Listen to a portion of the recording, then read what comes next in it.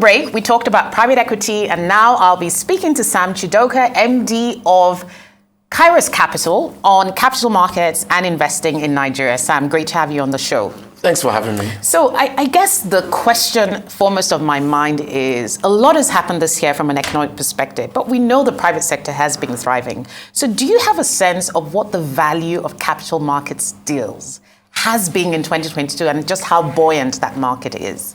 Well, so in terms of value, you'll struggle a bit because of just the way the capital market works. So there's the public markets and there's the private markets. So in the public markets, you can find the information. So if you look at NGX, for instance, you can see how many the trades that have happened, new listings and all of that. If you look at FMDQ, you can see all the trades that has happened on FMDQ. If you look at the SEC, you can see the approvals the SEC is given. However, there's a thriving private market as well, yes, where people are doing private deals, private debt deals, private placements, and there isn't really some coordinated figure coming out of that space. But just looking at the NGX and FMDQ market, you will say circa about 3 trillion naira worth of deals have happened between January and November, right? So that's what we see, right?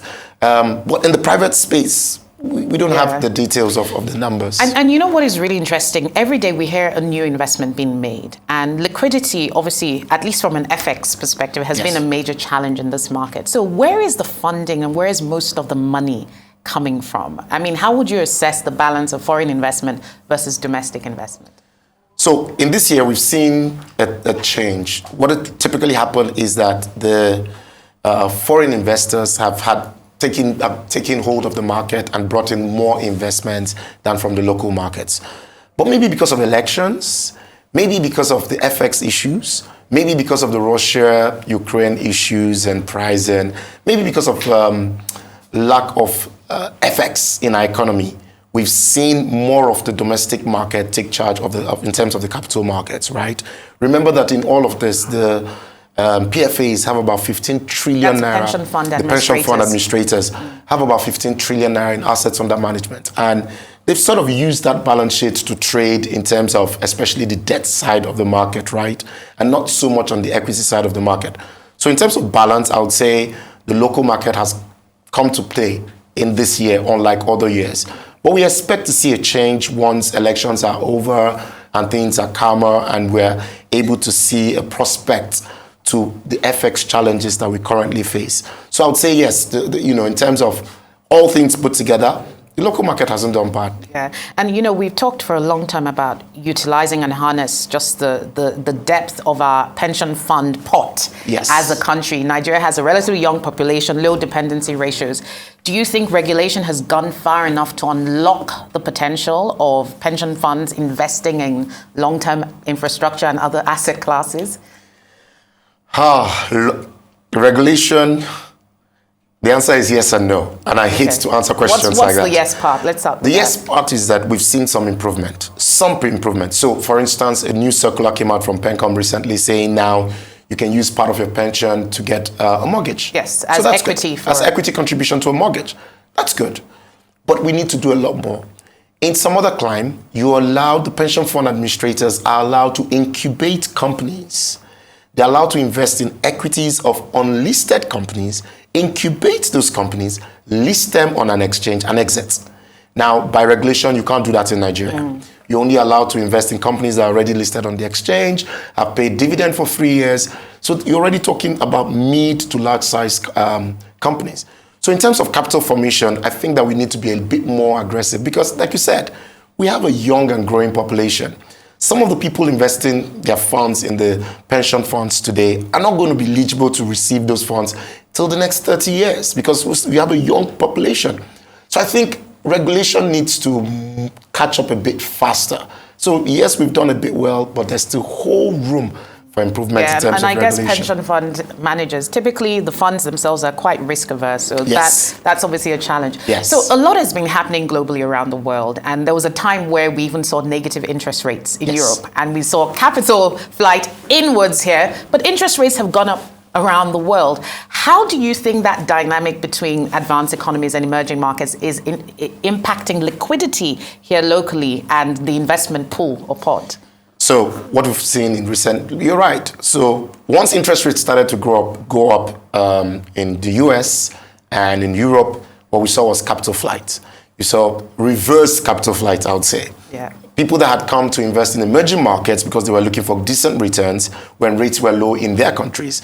What they've done now is to go back, because at the end of the day, you want safety of your funds, right? So if I can have safety of my funds and decent returns, then I'm good.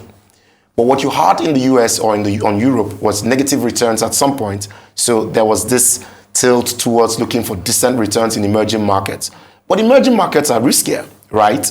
So what you find is that once rates started to go up in Europe, you saw people start to withdraw their funds from emerging markets. But Nigeria was peculiar. The peculiar issue with Nigeria was that we suffered with illiquidity in the market and FX challenges. We just didn't have enough FX for when people wanted to repatriate, whether it was dividend or just to capital appreciation that they'd earned in Nigeria to return it to their countries.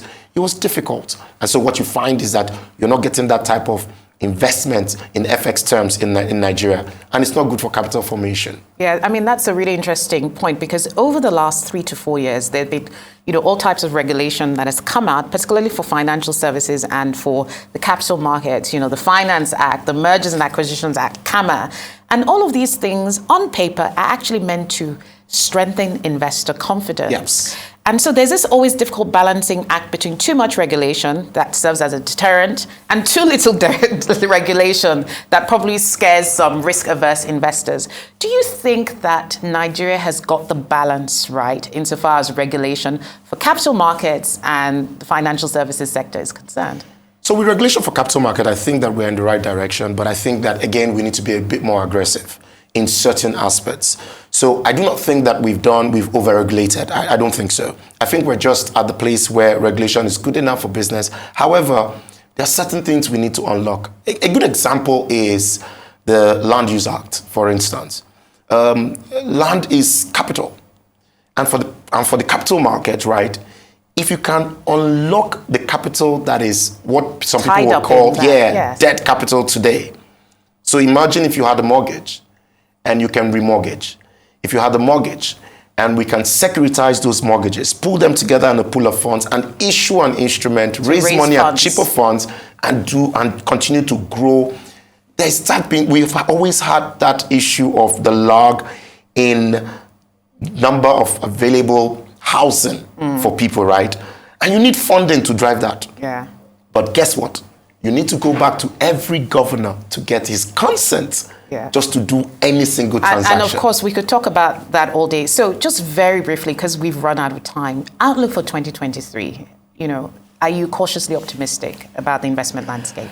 Very quickly. Cautiously optimistic, hoping that elections will go peacefully and there'll be proper handover and all of that. I think people are interested in Nigeria. I think people have confidence in Nigeria. How we run our elections will either aid that or I hope it aids it. Hopefully restoring investor confidence. Absolutely. So great speaking to you, Sam Chidoka, MD of Kairos Capital. Thanks for being with us.